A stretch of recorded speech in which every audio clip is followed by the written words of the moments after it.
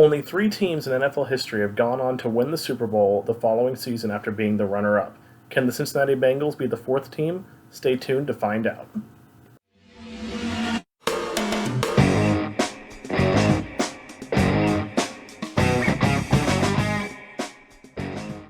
What is going on, everyone? This is Connor, the co-host with the most, back with another 2022 NFL team preview, this time for the Cincinnati Bengals. The Cincinnati Bengals, as all of you know, were the runners-up in the Super Bowl last year, so this is going to be the team preview episode for them. We're doing a team preview for all 32 NFL teams, so if we haven't gotten to your team yet, then stay tuned. We will get there eventually. The next team that will be coming out, I'll give you guys a preview after the Bengals, will be another AFC North team, the Baltimore Ravens. So if you're an AFC North fan, these next 2 episodes are going to be for you. I myself am a fan of an AFC North team, but not this one, if you guys have followed the podcast. So unfortunately, I have to make a video talking about one of my rivals. But here we go with the Cincinnati Bengals.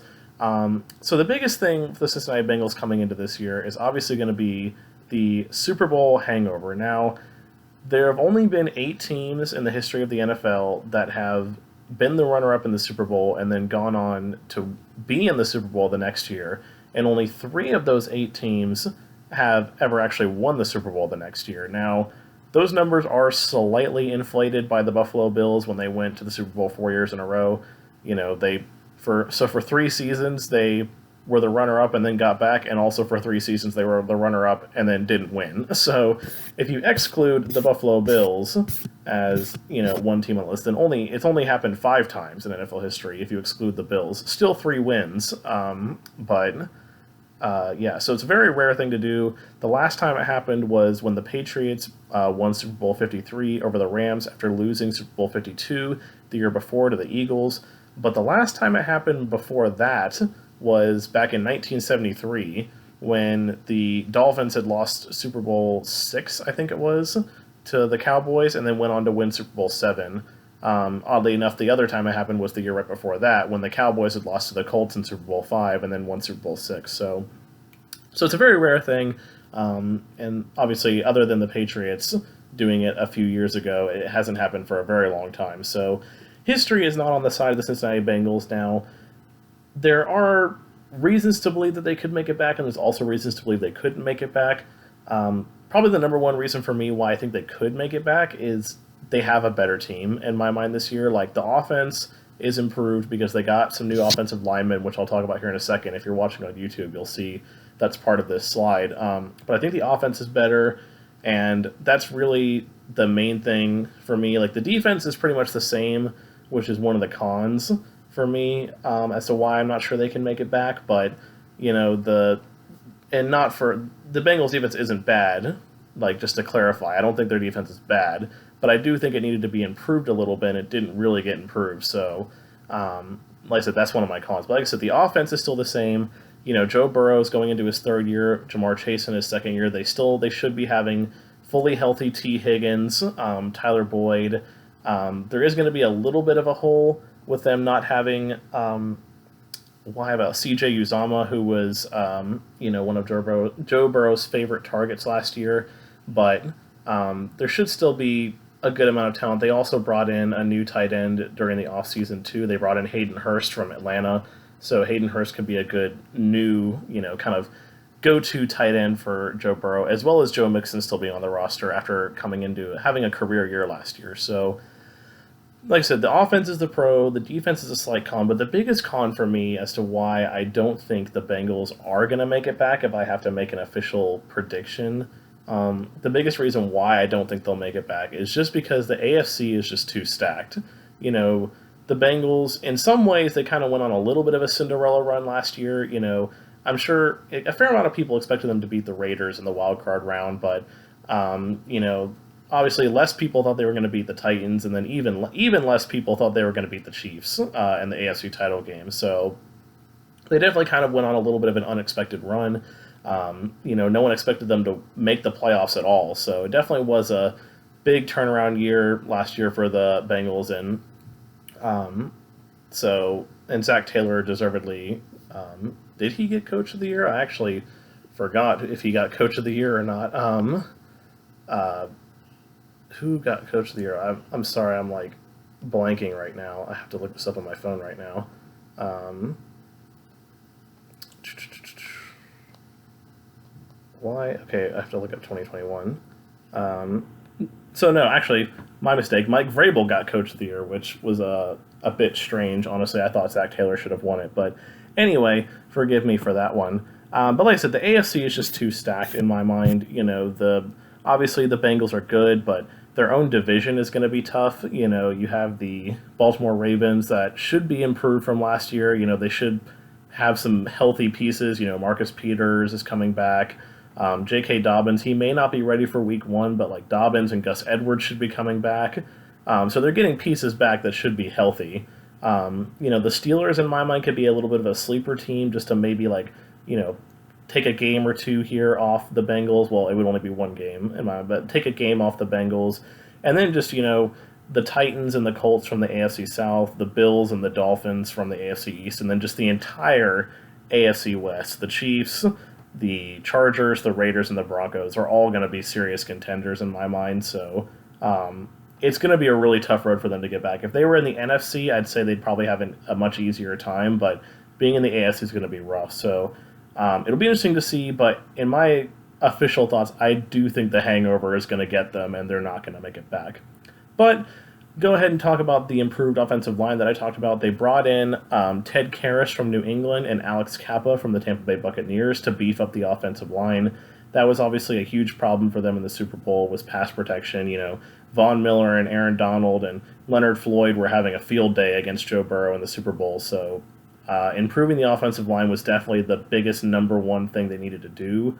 And it'll help keep Joe Burrow clean because obviously, Burrow had a great year last year, but he is still playing on a surgically repaired knee.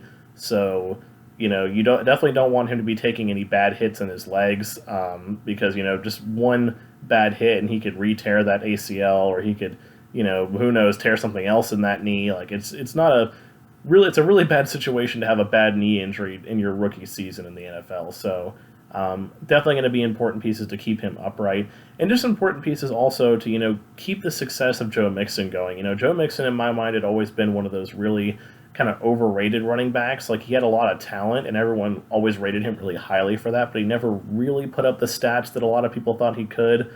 But last year was definitely a breakout year for him. He had like 13 touchdowns, over 1,000 yards. He stayed healthy the whole year, which is another thing. He had a couple injury concerns. Just some, not like any huge injuries per se, but just, he had missed games. So last year was definitely the complete package for Joe Mixon. So it's going to be key, like I said, bringing in more offensive linemen to help continue his development and continue his success.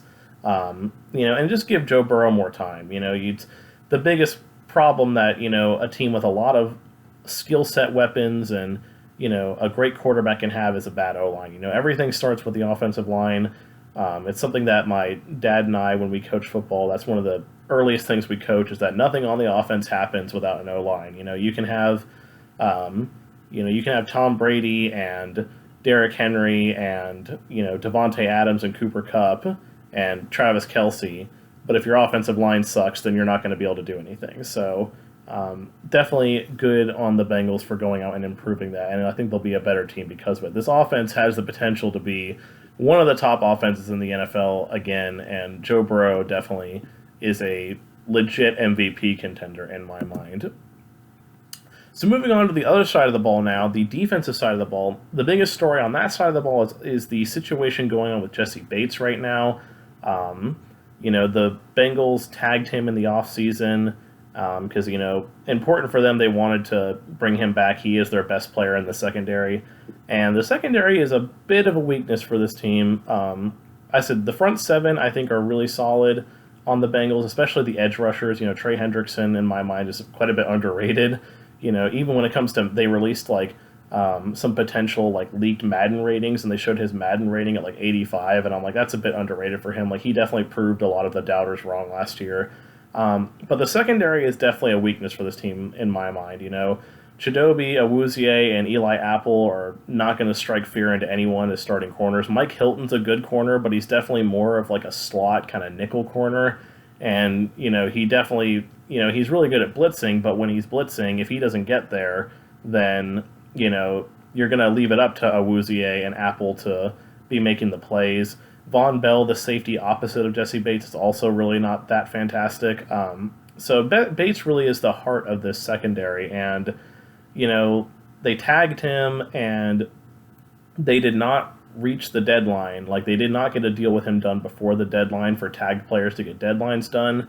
And in my mind, like, I do still think he's going to play. There's been a lot of, these rumors that have been going around that, tend to happen from, seems to be on a yearly basis these days, that like, oh, so-and-so doesn't want to play in the tag, so they're going to sit out the season, they're going to sit out week 1, blah, blah, blah, blah, blah. Like, I have a feeling he probably won't show up to training camp, and he probably won't play in the preseason, but he's going to play during the season. Like, I don't think, especially given that this Bengals team is like, can be a Super Bowl contender, you can't tell me that he's going to want to sit out of the season and miss out potentially on, a potential Super Bowl at some point just because of, this possible money situation, especially in my mind, it's important for him to actually, in my mind, it's important for these players to actually play, because if they don't, then that money that you're looking for that you might want to get in the offseason, you're not going to get it. Like, Le'Veon Bell and Melvin Gordon are perfect examples of that, especially Le'Veon Bell. He sat out the whole season, and, he had turned down the contract offer that the Steelers gave him, and it turned out that sitting out the season was bad for him because he didn't get nearly as much and ended up playing for the New York Jets. So Bates is going to play. Like, he's not going to sit out. But it definitely is a concern for them in the future if they can't bring him back. Like, the secondary is going to be, it's already on the weaker side of things in my mind, but it's definitely going to become even more of a weakness, especially if, for whatever reason, they can't, which, they shouldn't have any problems generating a pass rush. A good pass rush always makes your secondary look better. But if for whatever reason, like, say Trey Hendrickson gets hurt or, something like that, and more of the burden gets put on the secondary, I think the Bengals defense is going to be in trouble. Because they certainly have no problem scoring points. It's just going to be keeping the other teams from scoring, in my mind. So, but like I said, Bates will play. Let's move on to their schedule. Given that they won the division, they do have to play all the division winners in the AFCs, which means they get the likes of the Chiefs and the Bills. In my mind, they do have, the key for me in this stretch of games is going to be the first half of their schedule, because that's when they have a lot of their easier games, because the second half of their schedule is looking to be a bit brutal, especially if, the big thing right now with the Cleveland Browns is what's going to be the case with Deshaun Watson. And while a lot of people initially expected him to get a year-long suspension, everything I've been hearing recently only mentions a 4 to 6 game suspension, which, if he gets that, then he's going to be available for both games that the Bengals play against the Browns. So it could potentially turn what could be an easier opponent into a much harder one, especially if Deshaun Watson is still the same quarterback that he was with Houston. So they really need to take advantage of this first half of the schedule. Even if Deshaun Watson doesn't play, that second half is still brutal. That's when they have road games at the Steelers, at the Titans, at Tampa Bay. They have to play against Buffalo. They have to play against Kansas City. They do have their home game against Baltimore at that time, but, that's still going to be rough. Baltimore's a good team. So this first half, when they have games against, like, the Jets and the Falcons and the Panthers and the Saints, it's definitely when they need to take advantage of, in their home game against the Steelers, take advantage of getting wins. Like, in my mind, they could easily go 7-2 in this first stretch here. I'll say that they, like, drop the game at Baltimore, and, I'll say they either drop the game at Dallas or the game at home against Miami. But all the rest of them are wins, in my mind. So definitely take advantage of that, get off to a hot start, especially if they can, beat Pittsburgh and Cleveland. Let's say they lose to Baltimore, but if they can beat Pittsburgh and Cleveland, if they can sweep them this year, then it really sets them up in a good spot in the last week of the season to be at home against Baltimore, to potentially take the division. So that first half is going to be really key. Now, the over-under for the Bengals this year is 10 wins. Much changed from last year. Their over-under last year was 6.5, which the sports bettors got completely wrong because the Bengals went 10-7 and won the AFC North. In my mind, I'm going to take the over on the Bengals this year. I think they could easily get to 11 or 12 wins, especially with the games in that first half of the schedule. And I expect them, they'll win some of these games in the second half of the schedule for sure. Like, they're not just going to, lose all of them and, have their season fall apart. But, I definitely think they can get to 11 or 12 wins. Like I said, if they come 7-2 out of that first half of the stretch, then I could see them, taking that game against Cleveland. I see them probably beating Tennessee. They can beat New England, and they can definitely beat Baltimore at home.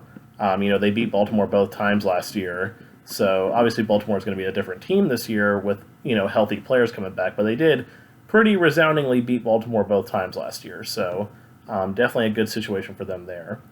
So that's going to wrap this episode up, guys. Thank you guys so much for watching. Make sure you subscribe to the channel down below. Hit that red button. Make sure you hit the bell so you can get notified when all of our new previews are coming out, and so that way you know when your team preview is coming out. Make sure to let me know if you agree with me, disagree with me down in the comments down below. I'd love to hear your guys' feedback. I like, responding to the comments and, getting into, just defending my point, especially if someone disagrees with me. So, but also it helps the video. So I'll take any feedback, good or bad. But like I said, guys, give us a follow on Twitter at clutchcrewsports. And like I said, the next preview coming out after this on Wednesday will be about the Baltimore Ravens. So make sure you guys stay tuned for that. And I will see you guys next time.